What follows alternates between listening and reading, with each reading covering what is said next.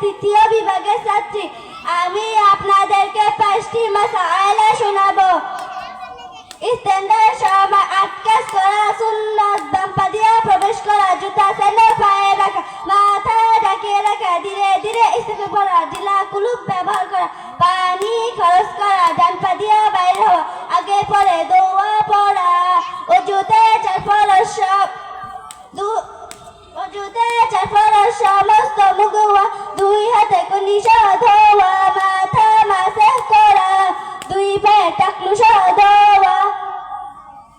অজু ভাঙা কারণ 7টি, পায়খানা বা প্রস্রাবে রাস্তা দিয়া কোনো কিছু বের হওয়া, মুখ ভরিয়া বমি হওয়া, শরীরে ক্ষত স্থান হইতে রক্ত পুষ বা পানি বের